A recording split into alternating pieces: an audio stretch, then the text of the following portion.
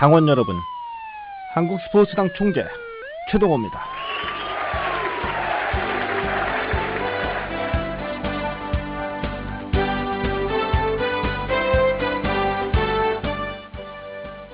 팟캐스트 아이블로그에는 청취자들의 지역별 통계가 나옵니다. 미국과 일본뿐만이 아니라 아프리카에서도 이 스포츠당 청취자분이 계셨습니다. 해외 교포 여러분 고맙습니다. 더 열심히 노력하겠습니다. 제7회 한국 스포츠당 시작합니다.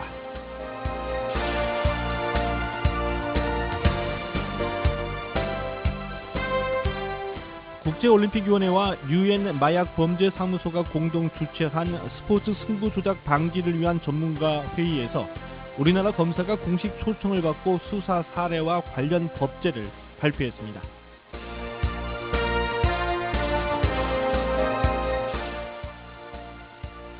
승부 조작은 전 세계적인 골칫덩어리인데요. 우리나라 검사가 국제 컨퍼런스에서 승부 조작 사례까지 발표했습니다. 이 승부 조작과 관련해서 우리나라 검사의 사례 발표는 뜻밖인데요.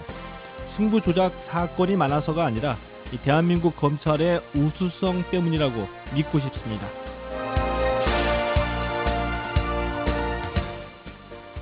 김정행 회장이 제38대 대한체육회장에 공식 취임했습니다.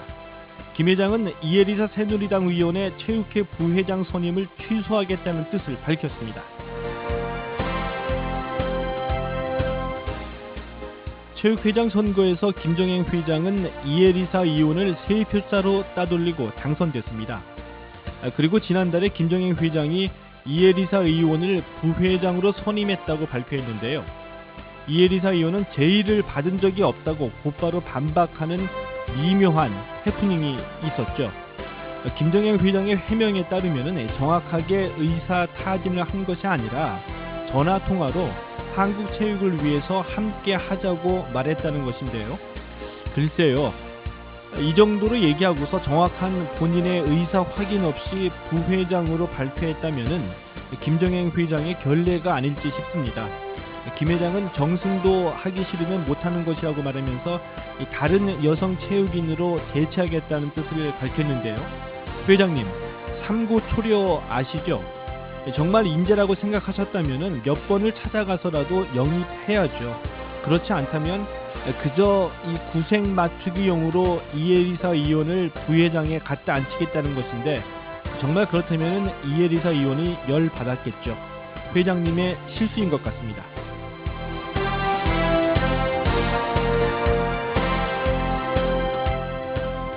봄철 대학축구연맹전에서 광주대학교가 창단 후 전국대회 첫 우승의 기쁨을 안았습니다. 광주대학교 축구부는 2008년에 창단했고요. 5년 만에 전국대회에서 우승했습니다. 이 정평열 감독의 얘기를 들어보니까 이 선수 영입이 가장 힘들었다고 합니다. 지방에서 갓 창단한 팀이다 보니까 오겠다는 선수들도 없었고요. 주로 고등학교에서 경기에 뛰지 못했던 선수들, 또 운동을 포기했던 선수들을 데려왔다고 하는데요. 여러분, 우승할 만한 선수들 스카우트에서 우승하는 감독들 많이 있습니다. 그래서 대학 감독은 선수 지도가 아니라 선수 스카우트라는 말까지 있는데요. 이 3류 선수, 2류 선수 모아서 1류 선수 만들어내는 능력, 이것이 바로 진짜 감독의 능력이 아닐까요? 광주대학교 정평열 감독 기억해 주십시오.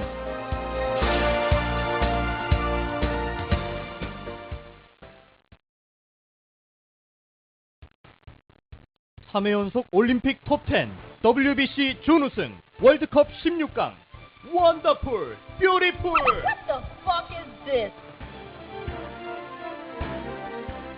한국 스포츠 정말 잘 나가고 있나요? 전 프로야구 롯데자이언츠 감독이 입시 비리 혐의로 검찰에 체포됐습니다. 축구와 배구에 이어서 프로야구에서도 승부 조작을 벌였다는 농구 감독과 심판 사이에 관례적으로 금품이 오간 사실이 경찰 수사에서 드러났습니다. 아니, 이게 뭐죠? 비인기 종목 메달 따도 먹고 살기 힘들고 체대 졸업하면 곧바로 실업자, 운 좋으면 180만원짜리 비정규직. 협회 운영은 자기들끼리 다 하고 국가대표 훈련비 뺑땅치다 걸리고 그리고 운동할 거면 공부하지 마세요. 1% 운동기계만이 필요한 초엘리트 스포츠. 니들이 스포츠를 아세요? 스포츠 민주화. 스포츠의 가치 회복. 1%가 아닌 99%를 끌어올리는 유쾌한 시사 프로그램. 최동호의 한국 스포츠다.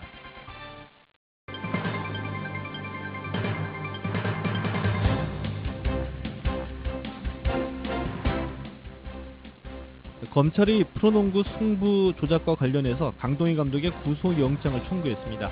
오늘 구속영장 발부 여부가 결정이 되는데요.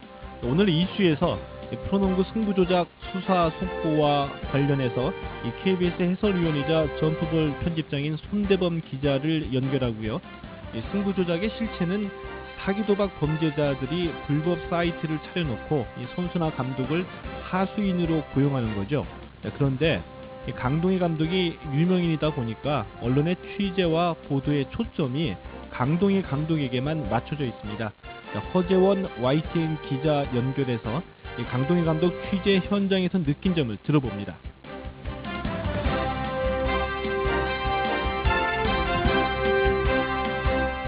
오늘 피플은 프로농구 정규리그에서 우승한 SK 문경은 감독을 만나봅니다. 문경은 감독은 지난 2011년 신선우 감독이 경질되면서 갑작스럽게 감독 대행을 맡았고요. 2012년에 대행을 빼고 정식 감독으로 취임했는데요. 정식 감독 데뷔 시즌에 정규리그 우승을 차지했습니다. 저는 SK 우승의 절반은 문경은 감독의 힘이었다고 얘기하고 싶은데요. 제가 감히 왜 이런 얘기를 하는지 한번 들어보시죠.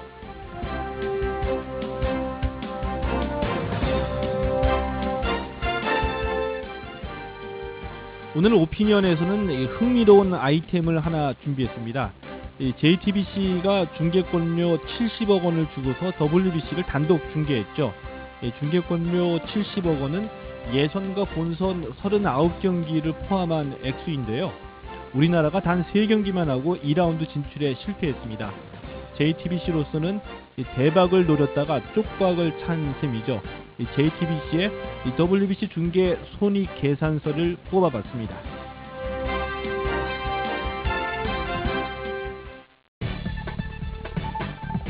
주 1회 여러분의 스포츠가 시원해집니다.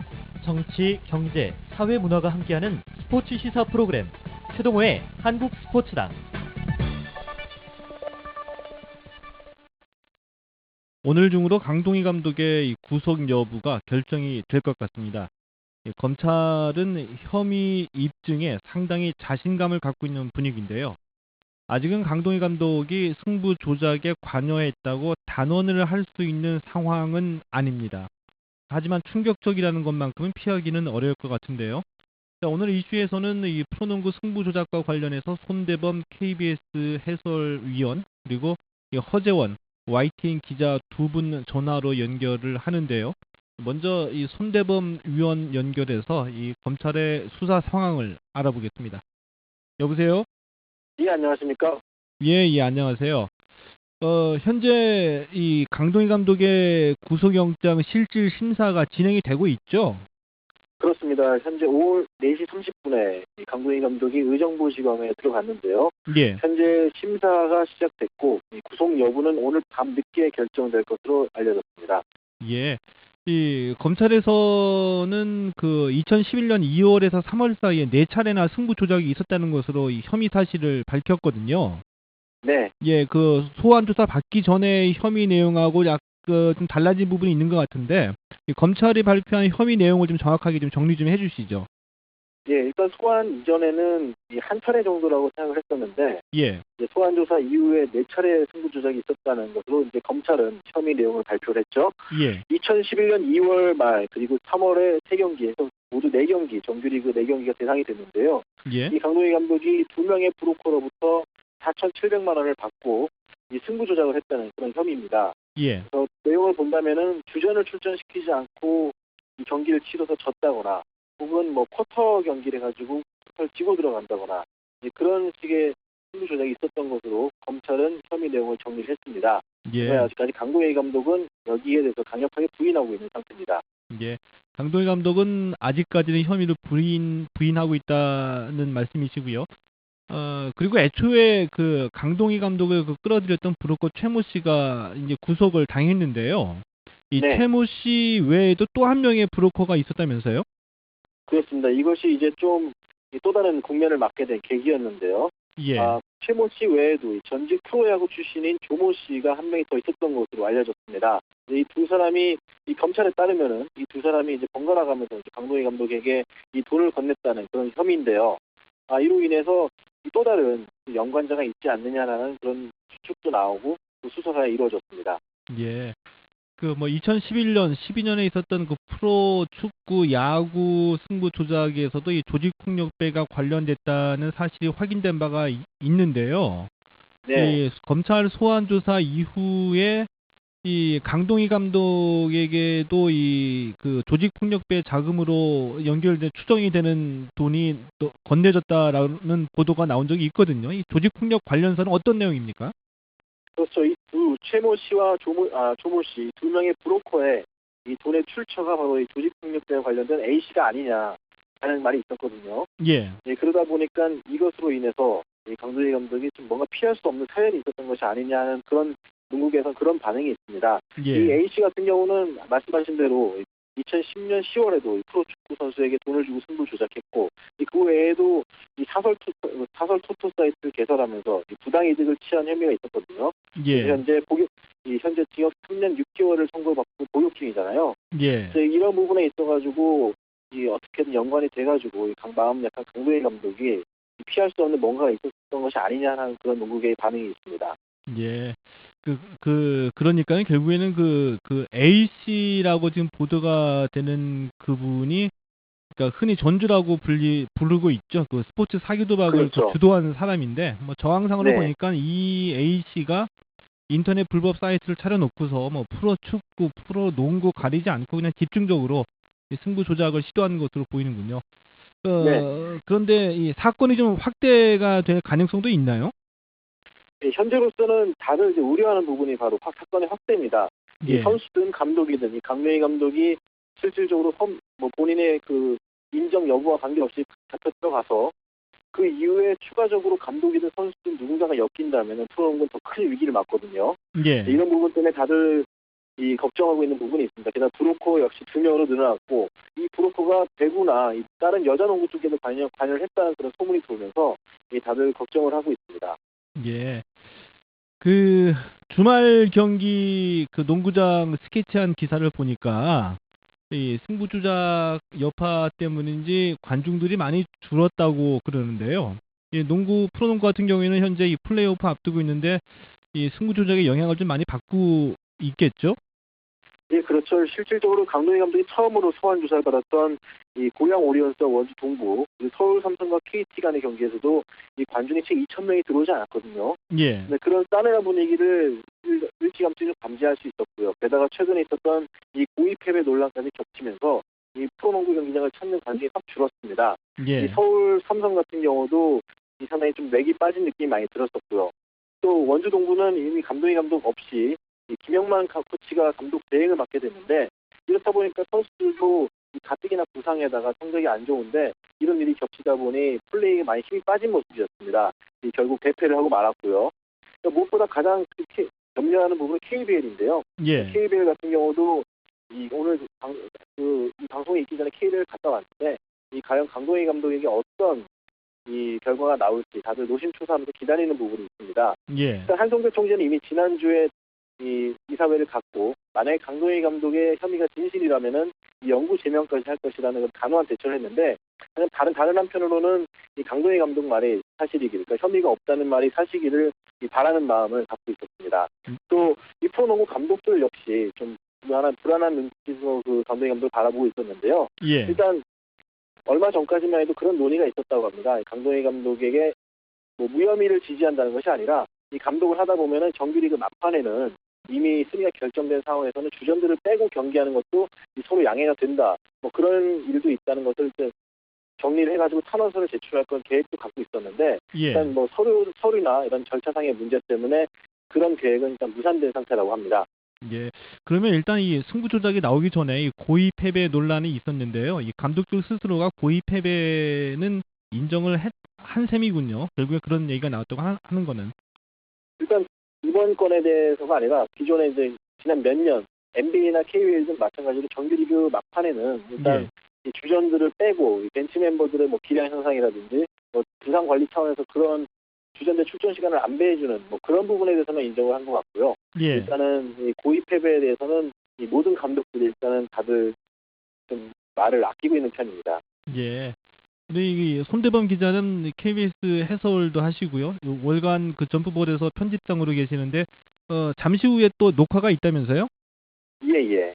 예. 그 어떤 프로그램이죠?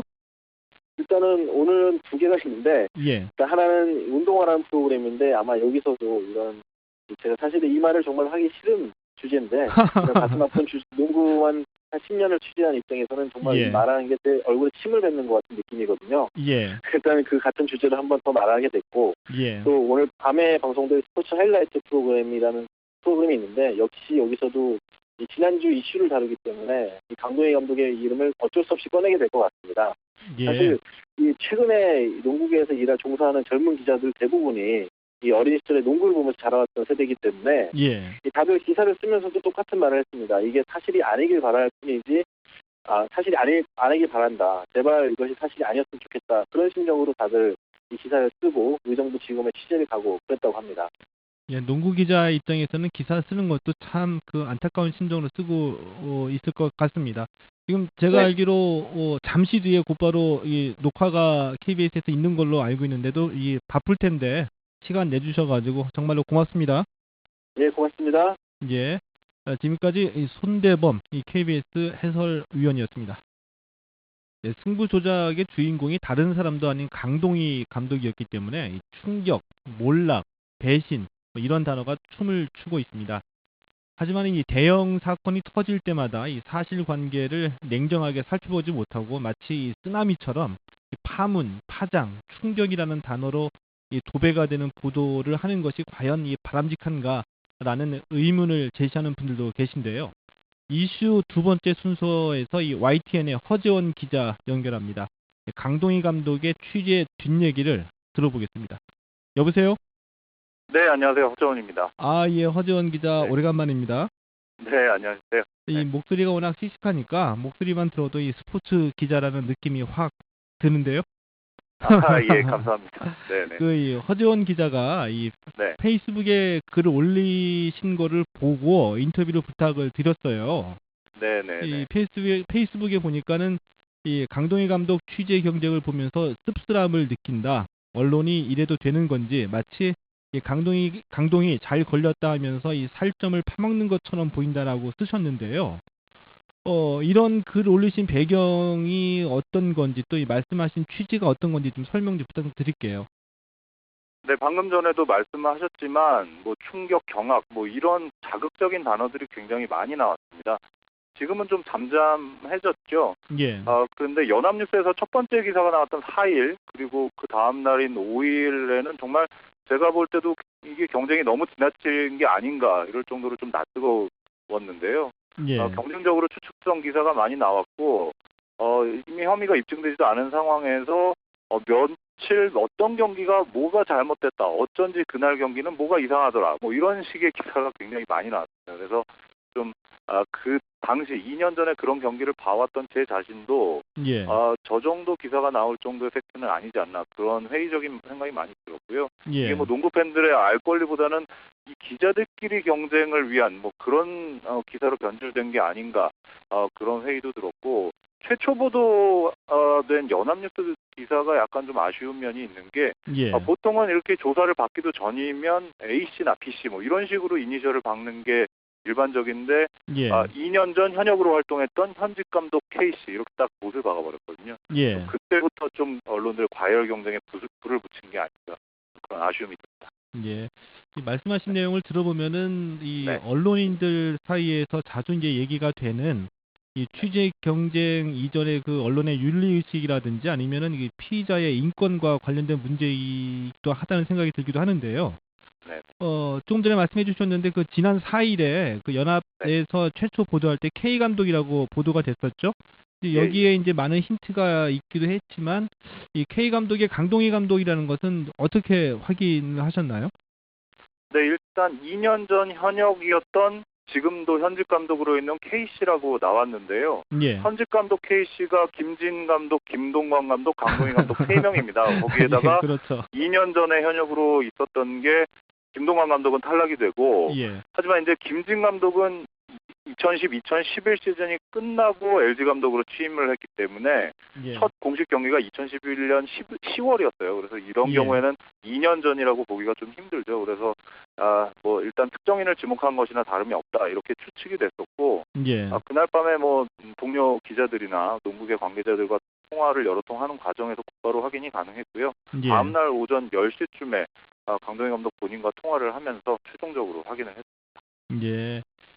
그러니까 뭐 현역 감독 케이스라고 하니까 뭐 거의 그 실명을 거의 알려준 것과 다름이 없다는 생각이 들기도 하고요.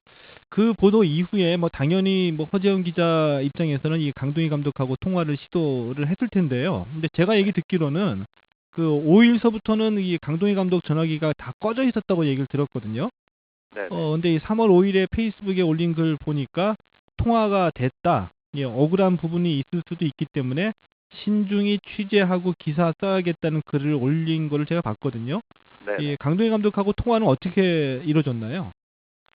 예, 제가 알기로는 저를 포함해서 뭐 다수의 기자들이 뭐 그렇게 많지는 않지만 예. 몇몇 기자들이 통화에 성공을 했고요. 예. 다음 날 저 같은 경우 일찍 출근을 해서 기대를 안 하고 당연히 안 받겠지 하고 전화를 했는데 예. 강동희 감독이 전화를 받았고 그 한 오전 10시 정도 됐습니다. 예. 그래서 강동희 감독의 그 당시 저에게 한 멘트는 워딩을 그대로 뭐 말씀을 드리자면 예. 10년간 알고 지낸 동생이었는데 이미 구속된 브로커를 말하는 예. 거겠죠. 10년 넘게 알고 지낸 동생이었는데 당시에 제의를 했다. 그래서 제안했던 건 사실이라는 얘기를 예, 했군요. 제의를 했는데 그 부분은 감독이 어떻게 할 수 있는 부분이 아니다. 그래서 혼을 내고 확실하게 거절을 했다. 그런데 왜 검찰에서 그 동생이 자신의 이름을 말했는지 아직도 이해를 못하겠다. 이렇게 저에게는 얘기를 했고 예. 그래서 저는 제의는 받았다는 사실을 굉장히 그게 중요한 팩트였기 때문에 그쪽으로 단신 기사를 작성했는데요. 예. 이후에 다른 언론 기사에는 제가 제의도 받지 않았다 이렇게 계속 나왔거든요. 예. 그래서 저희 뭐 기사가 나간 후에 그다음에 스탠스를 좀 달리한 것인지 아니면 뭐 예. 구단 측에서 뭐 조언이 있었던 것인지 그것까지는 아직 제가 잘 모르겠습니다. 예, 역시 이 말씀 들어보니까는 뭐 옛날 속담이 하나 생각이 납니다. 그 아침 일찍 출근해가지고 혹시나 하는 마음으로 전화를 해보셨다고 네. 하는데 일찍 네네. 일어나는 새가 뭐 먹이를 많이 먹는다고 하죠. 근데 그 네네. 부분도 저는 약간 좀 아쉬운 게 있어요. 그 우리 허재원 기자하고 통화할 때는 강동희 감독이 제안을 받았다라고 얘기를 했다가 나중에 이제 말을 바꿨다고 말씀을 하셨는데 네네. 그 부분과 마찬가지로 몇 가지 팩트에 대해서는 강동희 감독이 말을 좀 많이 좀 바꿨죠. 몇 가지 팩트에 대해서. 근데 이 부분 네. 보면 좀 아쉬운 면이 좀 없지 않아 있다고 저는 좀 생각을 하고 있고요. 그리고 이렇게 이 대형 사건일 경우에 관심을 모으는 사건일 경우에 이 피의자가 체육인이나 뭐 이 스포츠인이라고 한다면은 뭐 당연히 이 스포츠 기자가 취재를 하기도 하지만 이 수사 상황이나 뭐 주로 이 검찰이나 경찰에서 얘기 나오는 거는 사회부 기자가 기사를 쓰게 되죠. 네네. 맞습니다. 이 사회부 기자가 쓴다고 한다면 뭐 강동희 감독 같은 경우에는 뭐 이 사회부 기자와 스포츠 기자가 이제 똑같이 기사를 쓸 수는 있겠지만 사실 이 취재하는 영역은 다르죠.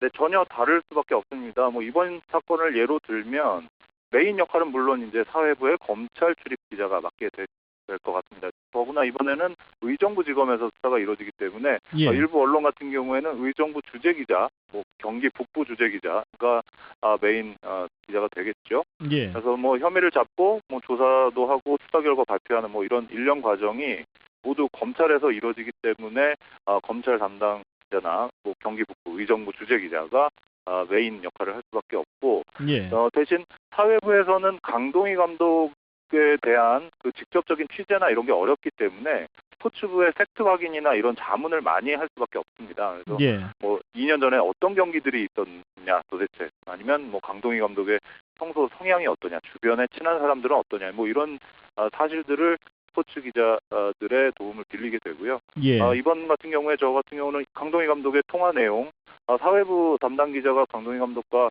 개인적인 통화가 될 리가 없기 때문에 예. 뭐 이런 통화 내용을 사회부에 전달해서 좀 취재를 수월하게 하는 도와주는 역할을 했고, 스포츠 기자들은 농구계 반응이나 뭐 농구 연맹이라든지 농구인들 반응 등을 엮은 후속 기사를 좀 받치는 기사를 작성하는 역할을 하게 됩니다. 예. 제가 생각하기에 조금 더 사회부 기자와 스포츠 기자가 다를 수밖에 없다고 생각이 드는 게 이제 이 사회부 기자에게는 피의자가 유명 프로 감독이 되는 거고 이 스포츠 네. 기자에게는 잘 알고 지내던 유명 프로 감독이 피의자가 되는 건데요. 네. 뭐 이렇게 사건이 크다 보니까 뭐 사회부 기자, 뭐 스포츠 기자뿐만이 아니라 여러 매체의 이제 기자들도 취재 경쟁을 하게 되는데, 근데 이 평소에 이 스포츠를 취재하지 않았던 기자들도 이 강동희 감독 사건을 그러니까 형사 사건이라는 관점에서 기사를 이제 경쟁적으로 쓰게 되잖아요. 그러니까 이렇게 되다 보니까 뭐 이 예를 들면 이 한국 스포츠의 구조적 문제점이나 이 프로 스포츠에 대한 이해가 부족한 상태에서 피의자 강동희라는 초점만 가지고 기사를 쓰게 되면은 이 스포츠 기자 입장에서는 조금 좀 안타까운 면도 좀 있죠. 이런 기사를 바라볼 때. 그렇죠. 아무래도 인간적으로 그렇게 될 수밖에 없을 것 같고요. 뭐 저희 입장에서도 유명 연예인에 대한 스캔들 기사가 나왔을 때 굉장히 관심을 갖게 되고, 예. 좀 자극적인 측면의 기사가 되면 좀 나온다면 뭐 클릭을 하게 되고 그런 면이 있기 때문에 또 반대로 생각해 보면 또 마찬가지일 것 같은데요. 예. 예를 들어 사실 어제 일부 현역 감독들이 그 탄원서를 좀 제출하려는 움직임이 있었잖아요. 예. 그게 이제 강동희 감독에 대한 애정, 개인적인 애정에서 이제 발현이 된 것으로 알고 있는데, 스포츠 기자들도 일면 비슷한 부분이 있습니다. 근데 조심스러운 부분은 이게 단순히 친분이 있기 때문에 이 강동희 감독을 옹호하는 뭐 이런 차원이라고 볼 수는 없고요. 담당 기자로서 그 강동희 감독의 성향이나 평소 성격에 대해서 더 정확하게 파악을 하고 있다는 점이겠죠. 뭐 또 흔히들 요즘에 제 개인적인 생각은 체육계 사람들이나 스포츠부 기자들이 이런 브로커들이나 불법 배팅 사이트를 단속을 해야 된다. 이 점에 훨씬 더 무게를 두고 있습니다. 저희들은. 예. 그래서 이게 승부 조작에 관련된 선수나 지도자가 죄가 없다. 뭐 옹호하는 측면에서 드리는 말씀이 아니고요. 예. 그만큼 구조적인 부분을 좀 근본적으로 손보는 게 필요하다는 뜻인데, 또 한 가지 말씀드리자면 이 뭐 승부 조작의 범위인데요. 뭐 전 세계 어느 나라 뭐 어느 종목을 막론하고 최선을 다하지 않는 경기 좀 많이 있습니다. 예. 그래서 이번에도 문제가 되는 뭐 2011년 3월의 몇몇 경기의 경우 뭐 예를 들어 플레이오프 대진이 확정된 상황이었고, 뭐 이에 대비하기 위해서 주전을 좀 쉬게 하면서 뭐 경기에 나서지 못했던 후보 선수들에게 좀 경기 경험을 쌓게 해주는 이런 배려도 로 생각할 수도 있는 것이고요. 그래서 예. 그 당시에는 그래서 뭐 전혀 뭐 이상하다거나 뭐 의심을 얻지 않았던 이유가 거기에 있는 것이고, 근데 문제는 이제 이런 경우가 너무 심하게 되면 팬들을 외면하고 경기 내용이 너무 질적으로 떨어지기 때문에 그런 게 문제가 되는 것인데, 뭐 이런 면에 있어서는 좀 저희 스포츠 기자 입장에서는 저런 구조적인 말씀하신 구조적인 문제점, 또 배팅 사이트나 그런 브로커들을 더 철저하게 단속해야 하는 것이 아닌가, 그런 생각을 많이 하고 있습니다. 예, 좀 뭐 지금 이제 중요한 말씀을 하나 해주신 것 같은데요. 네네. 이 승부 조작이라는 단어 자체가 어떻게 보면 저는 이제 사건의 본질을 좀 흐리고 있다라고도 생각이 들거든요. 마치 뭐 네네네. 이 스포츠 감독이나 선수가 돈을 받고서 모든 것을 다 이제 기획한 것처럼 그렇게 좀 오도될 수가 있는데, 네네. 정확하게 얘기하자면 말씀하신 대로 이 스포츠를 대상으로 한 불법 사기 도박이고요. 또 이 범죄자들이 선수나 이 감독을 하수인으로 끌어들인 거잖아요. 뭐 네네. 이런 부분에 좀 초점을 맞춰야 되겠다는 생각이 들고, 마지막 질문 하나 드리겠습니다. 네네. 지금 그 강동희 감독 구속영장 지금 실질 검사 중이죠? 네네. 지금 하고 있습니다. 뭐 오늘 중으로 구속 여부가 결정이 될 수도 있겠네요. 오늘 뭐 흘러나오는 얘기로는 빠르면 오늘 밤 10시, 늦으면은 뭐 자정이 넘어갈 수 있다고 들려오고 있습니다. 네, 알겠습니다. 지금 바쁘실 텐데 뭐 전화 연결해 주셔서 고맙습니다. 예, 감사합니다. 예. 예, 지금까지 YTN의 허재원 기자였습니다.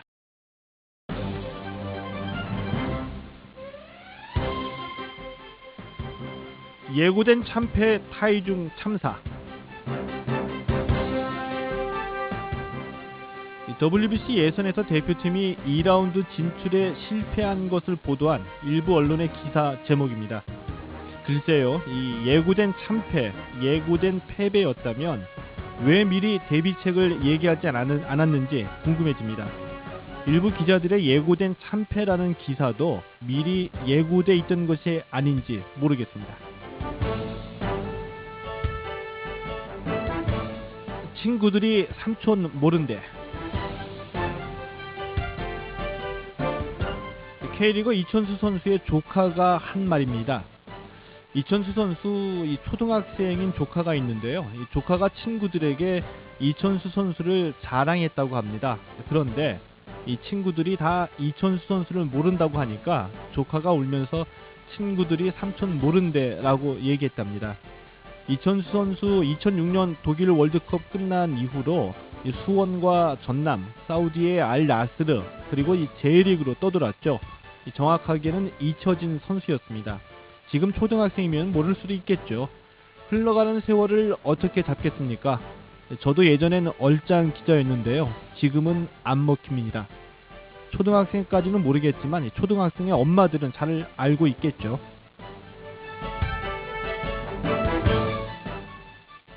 저 원래 착한 여자예요. 여자 핸드볼 SK의 장소희 선수가 한 말입니다. 이 핸드볼 코리아 리그가 지난 7일 막을 올렸죠. 이 개막 하루 전에 미디어데이 행사를 가졌는데요. 이 장소희 선수가 주장을 맡더니 무서워진 것 같다는 사회자의 질문을 받고 대답한 말입니다. 여자로서는 착하고 주장으로서는 무섭고 장소희 선수 잘 하고 있는 거죠? 너무 배가 고프다. 수원 삼성에 입단한 임민룬이 정대세 선수의 말입니다.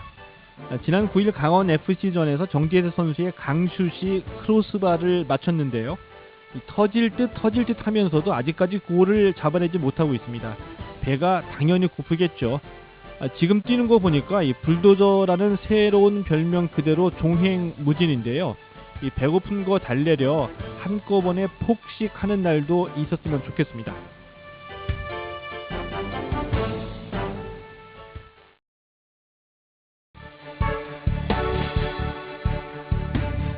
여러분은 지금 본격 스포츠 시사 프로그램 최동호의 한국 스포츠단과 함께하고 있습니다. 예, 프로농구 정규리그에서 우승한 SK 문경원 감독 잘 아시죠? 잘 아시는 것처럼 이 한국 농구를 대표하는 슈터였었습니다. 2011년에 이 신선우 감독이 경질되면서 갑작스럽게 이 감독 대행이 됐고요. 2012년에 대행자를 떼고서 정식 감독이 됐는데요. 이 감독 데뷔 시즌에서 정규리그 우승을 맛봤습니다. 문경원 감독 연결합니다. 여보세요? 네, 안녕하세요. 문경원입니다. 예, 오래간만입니다. 네. 정규리그 우승 아직 절반의 우승이라고 볼 수 있는데 먼저 축하를 드리고요. 네. 이 포스트 시즌 우승도 당연히 해야겠죠? 네, 목표를 다시 수정해서 예. 정규리그 우승한 것도 그때 선수들한테 고맙게 생각하고 엄청난 일을 했는데 예. 진정한 챔피언은 플레이오프까지 이겨야 되는 거라고 선수들과 다짐해서 꼭 이루도록 하려고 하고 있습니다. 예.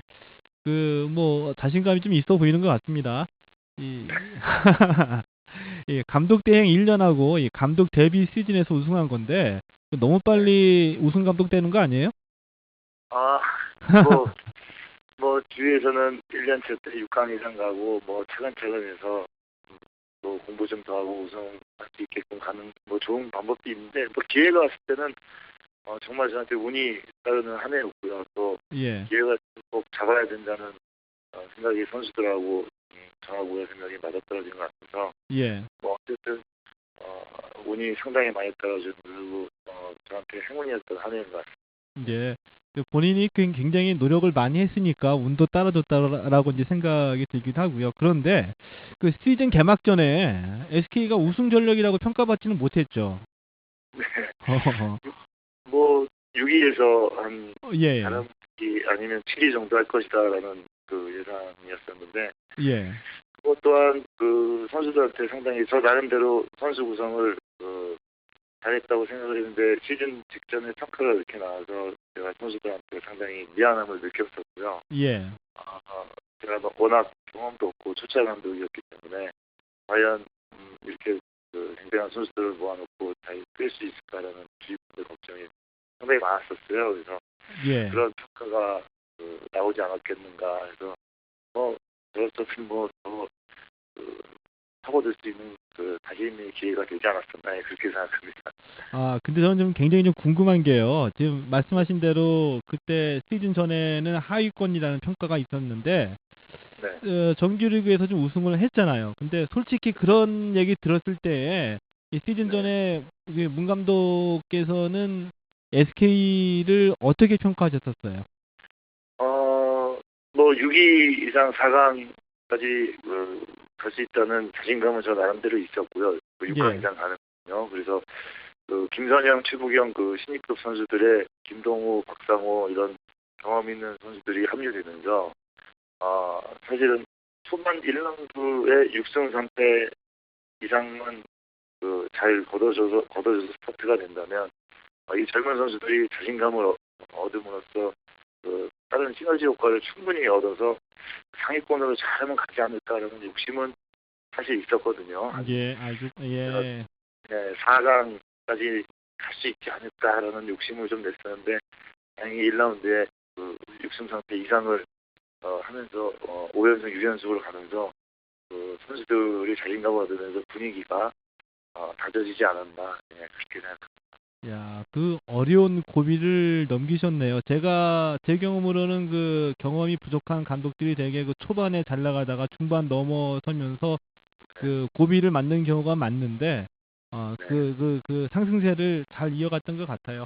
그리고 제 기억으로 우리 문경원 감독이 그 감독 취임한 이후에 SK의 전통을 만들어 가겠다는 얘기를 한 적이 있거든요. 네. 그 SK 같은 경우에 뭐 항상 이게 좋은 선수들은 많이 있었는데 이 선수들에 비해서 성적이 좀 안 나왔었잖아요. 이제 전통이 좀 만들어졌어요? 글쎄요, 뭐 거창한 무슨 전통 이런 것보다도 예전에 뭐 야구를 비교한다면 해태 타이거스가 명문 팀이고 우승을 많이 한 팀인데 예, 분명 상대관계 유계질서가 확실한 팀이었거든요. 예, SK도 서울 팀이고 프로 선수들이 다 가고 싶어하는 팀이긴 한데 조금 그나마 룰이 팀의 그 전통이 좀 없지 않나 해서 조그만 룰부터 만들고자 해서 뭐 새벽에 풀들을 쏘고 아침을 전체 같이 먹는다든지 예, 조그만한 전통 아닌 저희들만의 룰을 좀 만들기 시작을 했어요. 제가 감독된 되면서 예. 그런 게 만들어지면서 이렇게 성적까지 좋아지면 명문팀으로 가는 지름길로 들어지지 않을까라는 생각으로 시작하고 있습니다. 예, 그러면 일단은 그 대학교 선수들한테 제가 좀 얘기를 해야지 되겠군요. SK에 가고 싶으면 아침밥 먹기 전에 자유투 100개 쏠 생각을 해야지 된다. 그거 맞죠? SK 전통이죠? 네, 그렇죠. 예, 그러면서 이제 뭐 간밤에 서로 예. 선수들끼리 안부도 묻고 오늘 예. 파이팅에 대해서 뭐 일정도 서로 얘기를 나누면서 조그만한 팀워크가 싹트기 시작한다고 생각을 하고 있거든요. 예. 그리고 제가 좀 궁금한 게 또 하나 있어요. 네. 보통 이 언론에서 이 문경은 감독 얘기를 할 때 이 문경은의 리더십을 형님 리더십이라고 표현을 하고 있죠. 네. 근데 뭐 아무래도 이 젊은 감독이다 보니까 뭐 선수들하고 소통하고 잘 어울린다는 얘기인 것 같은데, 근데 제가 생각하기에는 뭐 젊다고 다 이 선수들하고 소통을 잘하는 것은 아니고요.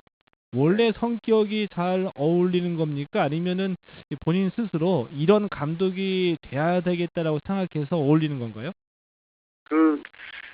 제 장점을 좀 선수들하고 소통 때 좀 이용을 해야 되겠다고 했었던 거고요. 그리고 젊은 감독의 가장 큰 장점은 선수들하고의 잦은 소통의 대화 접근이 쉽기 때문에 예, 그런 걸 많이 이용해서 비시즌 때는 선수들의 모자른 거, 아픈 구석 아니면 꼭 해야 될 거, 과제거리를 아주 절실하게 준비를 해야 되게끔 좀 강한 소통으로서 예. 이걸 안 하면 그 프로에서 살아남지 못하겠구나라는 그런 그 절실함을 좀 심어주기 위해서 그런 소통 및 훈련을 좀 강하게 하고요. 예. 그런 거를 잘 훈련을 소화하고 모자른 거나 실력을 쌓아야 될 거를 갖춰준다면 시즌 때는 자기의 장기를 좀 시합장에서 한껏 펼칠 수 있도록 좀 편하고 농구를 아주 재밌게 접근을 할 수 있도록 유도를 해주는 방식으로 했더니 그런 형님 리더십이라는 그런 변명이 붙은 것 같습니다. 예.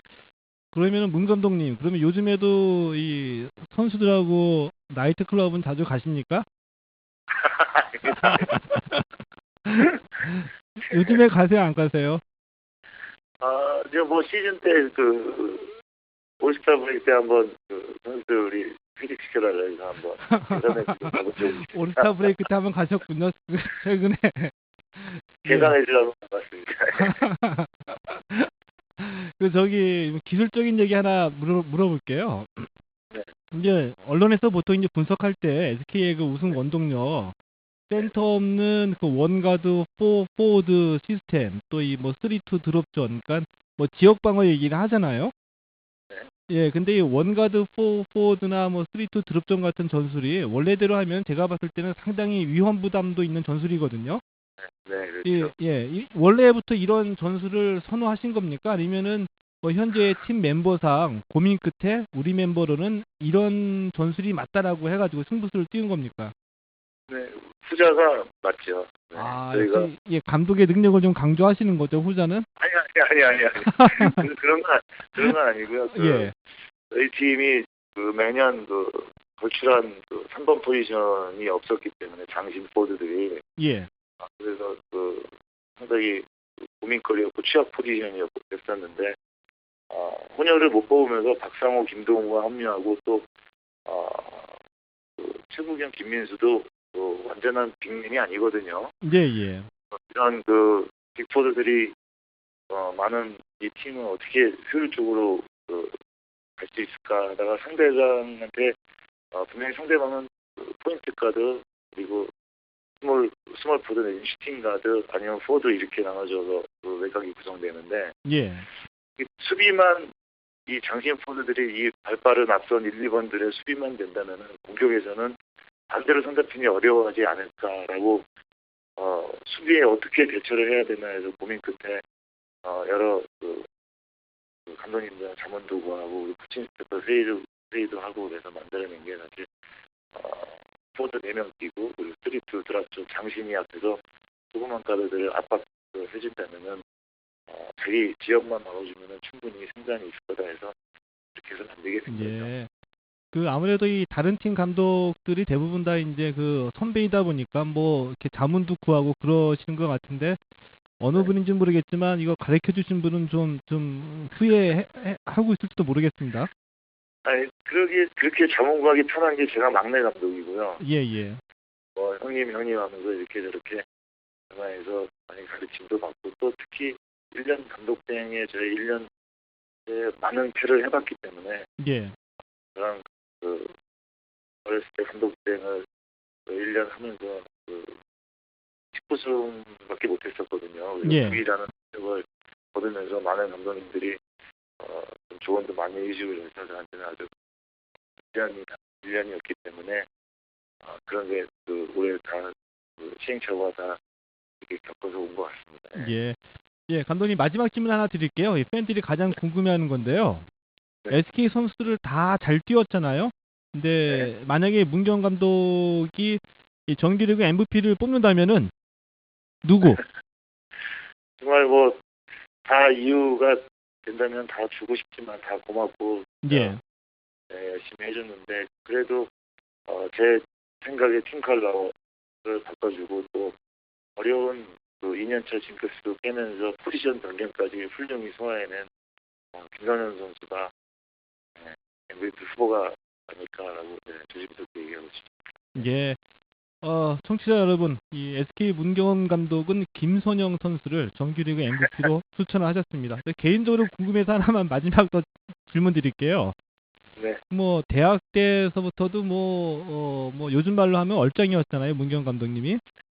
피부도 좋았고요. 요즘에도 피부 좋은 것 같은데 평소에 피부 관리는 어떻게 하세요? 아예 그냥 뭐 일반 사람은 똑같이 뭐 세수하고 로션 바르고 스킨 바르고 그렇게 하고 뭐 있어요. 대부분 다 뭐 평범하게 똑같이 다 한다고 하는데 나름의 비법은 다 갖고 있더라고요. 어떻게 하십니까?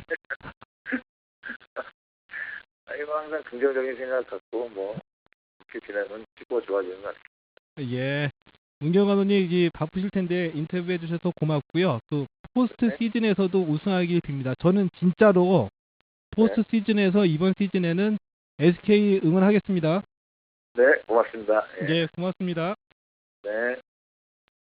예, 문경은 감독은 이 광신상고 재학 때부터 일찌감치 주목받았던 이 한국 농구의 이 대표적인 스타 선수 출신이죠. 지금까지 뭐 별다른 스캔들도 없었고요. 그만큼 이 자기 관리가 뛰어나다는 뜻인데요. 이 스마트한 느낌 그대로 명 감독으로 성장해줬으면 좋겠습니다.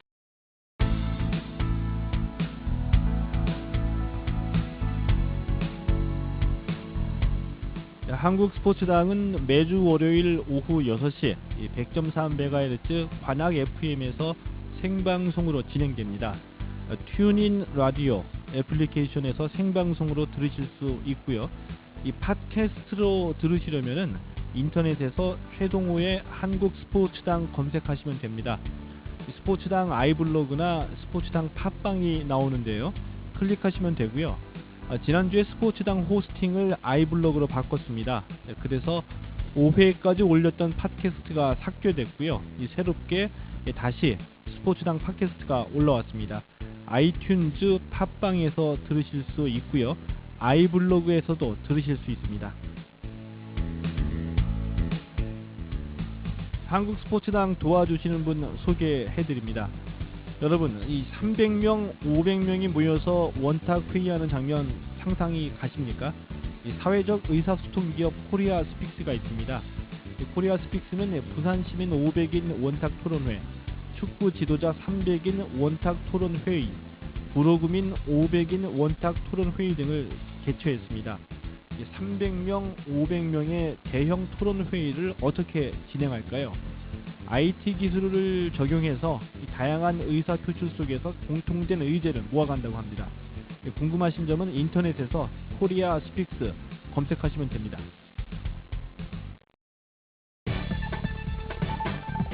주 1회 여러분의 스포츠가 시원해집니다. 정치, 경제, 사회 문화가 함께하는 스포츠 시사 프로그램 최동호의 한국 스포츠당.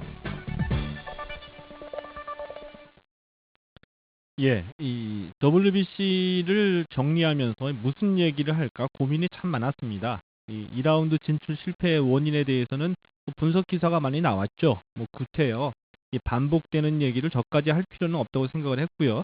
자, 그래서 이 많은 분들이 궁금해 하시는데 이 정확한 정보가 없어서 이 답답해 하실 것 같은 얘기를 준비했습니다. 자, 오늘 오피니언은 이 JTBC의 WBC 중계를 주제로 잡았는데요. 제가 알아본 바로는 유일하게 이 JTBC의 단독 중계와 관련해서 이 다각적인 분석 기사를 쓰신 분입니다. 자, 미디어 오늘의 허완 기자 전화로 연결합니다. 여보세요? 네, 여보세요. 예, 허 기자님 안녕하세요. 네, 안녕하세요. 그 허완, 그러니까 이 이름 한번 들으면은 잊어버릴 것 같지가 않아요. 그러니까요. 예, 예. 이 완이라는 이름이 뭐 흔치는 않은데 뭐 제가 아는 분들 중에는 완이라는 이름 갖고 계신 분이 4분이나 계셔가지고 저는 뭐 네. 굉장히 좀 친숙하게 느껴집니다. 네. 그렇죠. 저는 뭐 그런데요. 그 예. JTBC가 이 네. 뭐 거액을 투자하면서 야심차게 WBC 단독으로 중계를 했는데 이 대표팀이 뭐 단 3경기만 하고 2라운드에 진출에 실패했습니다. 뭐 JTBC가 손해를 좀 많이 봤겠죠? 네, 이제 지난 5일날 한국과 대만의 1라운드 마지막 경기가 있었는데요. 이 예. 경기에서 2라운드 진출 실패가 확정된 직후에 이제 트위터에서는 지금 제일 속상한 사람은 중계권을 사오자고 제안했던 JTBC 간부다. 뭐 이런 우스갯소리가 나오기도 했습니다. 예.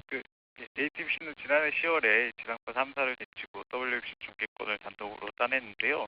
JTBC가 얼마를 정확하게 지불했는지 뭐 자세하게 확인된 건 없습니다. 이쪽에 이게 이제 영업 정보에 해당하기 때문에 뭐 당사자들이 아니고서야 이제 파악하기가 쉽지 않기 때문인데요. 예. 다만 좀 이거를 추측할 수 있는 근거는 있는데 이제 처음에 WBC 측에서 지상파 3사와 협상을 하면서 1,000만 달러 정도를 요구했던 것으로 알려지고 있습니다. 그러니까 우리 돈으로 따지면 뭐 100억이 조금 넘는 금액인데요. 예. 그 지상파 3사에서는 처음에 140만 달러, 그러니까 우리 돈으로 15억 3천만 원 정도 이렇게 불렀으니까 그 격차가 좀 컸던 셈입니다. 근데 이런 상황에서 좀 2차 협상이 진행되기 전에 JTBC 쪽에서 이제 따로 협상을 벌여서 단독으로 중개권을 확보를 했습니다. 그래서 업계에서는 아마 뭐 WBC가 애초에 제시했던 금액의 절반 이하로는 팔지 않았을 것이다. 뭐 이렇게 추측을 하고 있고요. 그래서 그 금액을 최소 650만 달러 정도로 보고 있습니다. 우리 돈으로 650만 달러요? 네네. 예, 그러니까 예. 우리 돈으로 환산하면 70억이 조금 넘는 금액입니다. 예. 그래서 이제 요 70억이 좀 뭐 큰 돈이면 분명한데 이제 손해를 받는지에 대해서는 좀 뭐 이야기가 조금씩 다릅니다. 자, 손해를 어디까지 볼 것이냐 뭐 하는 이런 문제일 건데요. 그 JTBC 쪽에서는 일단 뭐 기대에 못 미쳤다는 점을 인정을 하면서도 뭐 손해를 본 건 아니다. 뭐 이런 입장을 나타내고 있습니다. 그러니까 거액을 주고서 중개권을 확보한 것 자체가 어떤 채널 인지도를 높이기 위한 그런 목적의 투자였다. 뭐 이런 점을 좀 강조하는 대목인데요. 예. 업계에서도 JTBC가 어느 정도 뭐 금전적인 손해는 예상했을 것이다. 뭐 이런 관측이 많습니다. 그러니까 아시다시피 이제 종합편성 채널의 시청률이 여전히 지상파에 크게 못 미치는 수준인데요.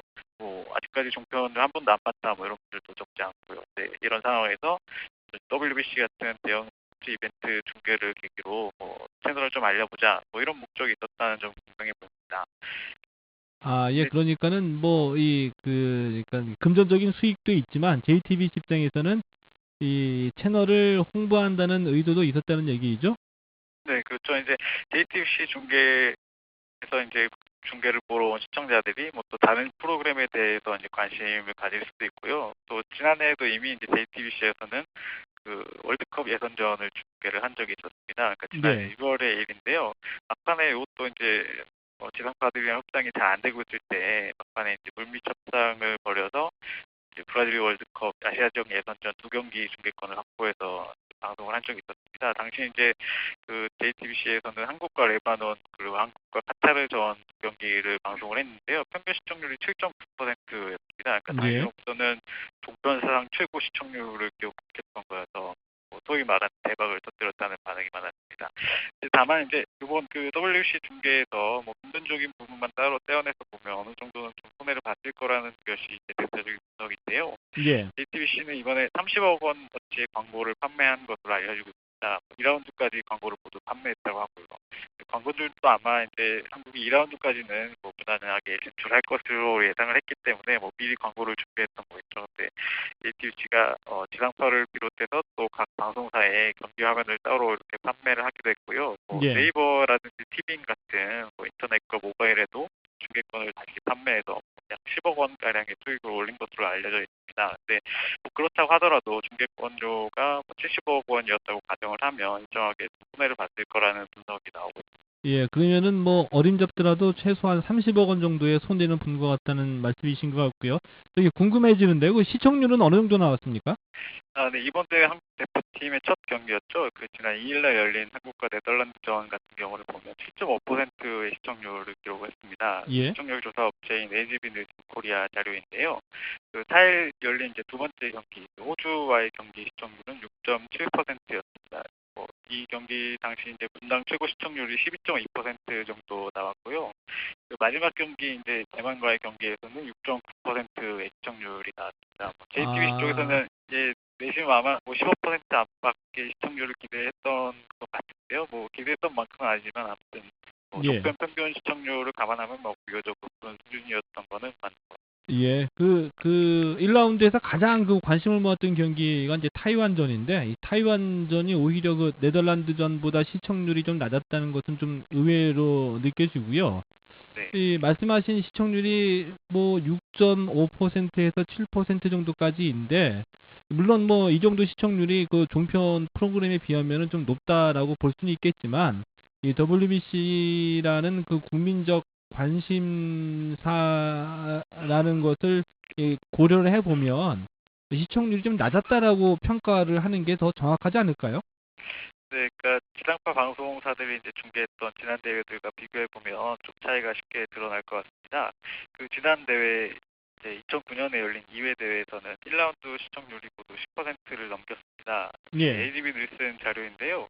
당시 이제 3월 6일 날 KBS TV에서 한국과 대만의 1라운드 첫 번째 경기를 중계했었습니다. 당시 시청률이 11.7%였고요. 예. 다음 날 이제 일본과 만난 두 번째 경기가 15.2%였습니다. 이거는 이제 SBS에서 당시 중계를 했었고요. 특히 2회 대회 같은 경우는 한국 대표팀이 결승에 진출하면서 좀 관심이 더 뜨거웠는데요. KBS 1TV랑 MBC에서 같이 이제 그 경기를 중계했는데 이 시청률을 합하면 32.5%에 달했습니다. 예. 그리고 이제 2006년에 열린 1회 대회도 사례를 살펴보면요. 뭐 이때는 이제 지상파 방송사들이 돌아가면서 중계를 했었는데요. TNS 미디어 리서치 자료입니다. 한국과 일본이 만난 준결승전 경기 같은 경우는 방송 3사 합계 47.2%의 시청률을 기록한 바 있습니다. 뭐 한일전이어서 좀 시청률이 높았던 거 아니냐, 뭐 이번에는 한일전이 없어서 좀 낮았던 거 아니냐, 뭐 이렇게 말씀하실 수도 있는데 당시 1회 대회 이제 3월 4일이었죠. 한국과 중국이 만난 1라운드 두 번째 경기 시청률 같은 경우를 보면 9.4%였습니다. 멕시코와의 2라운드 첫 경기도 12.1%였고요. 예. 전반적으로 좀 이번 대회에서 한국 대표팀의 성적이 좀 좋지 않았기 때문에 뭐 시청률이 좀 떨어진 측면도 있습니다만 한일전을 빼고라도 1라운드 경기 시청률을 비교해봐도 좀 당시 이제 지상파 3사가 중계했던 대회와 비교하면 시청률이 많이 떨어진 것은 사실입니다. 예. 마지막으로 질문 하나만 더 드려보겠습니다. 요 시간이 좀 많지가 않아가지고 짧게 좀 부탁 좀 드리겠는데요. 예. 이 중계를 보셨던 야구 팬들의 반응을 보니까 이 박찬호 위원의 해설은 뭐 잘 들었다. 네, 그런데 이 화면 구성이나 이 현장에서의 중계는 좀 기대에 미치지 못했다는 평가가 많이 있더라고요. 예. 그러니까 이번에 이제 박찬호 씨 같은 경우는 처음으로 해설위원으로 데뷔를 했는데요. 뭐 처음에 우려가 좀 많았는데 의외로 긍정적인 반응이 많습니다. 차분하고 솔직 담백한 해설로 시청자들의 눈길을 끌었다는 평가가 나오고 있습니다. 뭐 다양한 경험을 살려서 뭐 선수들의 심리 상태나 뭐 상대팀의 전략을 분석한 그런 해설들이 좀 기존에 볼 수 없었던 해설이다. 뭐 이런 긍정적인 평가가 있었습니다. 예. 근데 다만 화면 같은 경우는 이제 아무래도 JTBC에서는 야구를 중계해본 경험이 없다 보니까 뭐 여러 가지 좀 매끄럽지 못한 부분들이 눈에 있었는데요. 뭐 이닝이 끝나고 나서 광고가 나간 다음에 다시 현장으로 돌아왔는데 아무 소리가 안 나는 사례가 있거나 뭐 카메라에 이제 해설자랑 그 이제 캐스터가 비춰졌는데 비디오랑 오디오랑 서로 맞지 않거나 뭐 이런 경우가 좀 있었습니다. 그래서 예. JTBC에서는 좀 미흡했다는 점을 인정하면서도 뭐 점점 나아지고 있다 이렇게 느꼈습니다. 예. 오늘 뭐 여러 가지 다양한 소식 전해주셔서 고맙고요. 가끔 가다가 이 미디어와 스포츠 관계된 그 현안이나 이슈가 있으면 소식 전해주시기를 좀 부탁 좀 드리겠습니다. 네, 알겠습니다. 예, 고맙습니다. 네, 감사합니다. 예. 예, 지금까지 이 미디어 오늘의 허완 기자였습니다.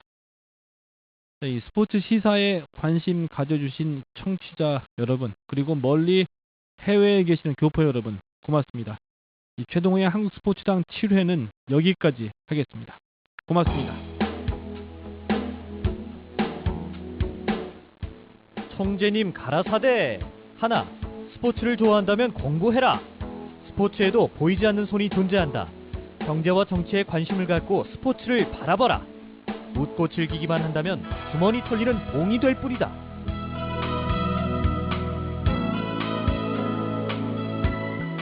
둘, 스포츠를 좋아한다면 사람 사는 이야기에 귀를 기울여라. 때론 패자의 눈물에서 감동을 받는다. 감동은 보는 만큼 느낄 수 있다.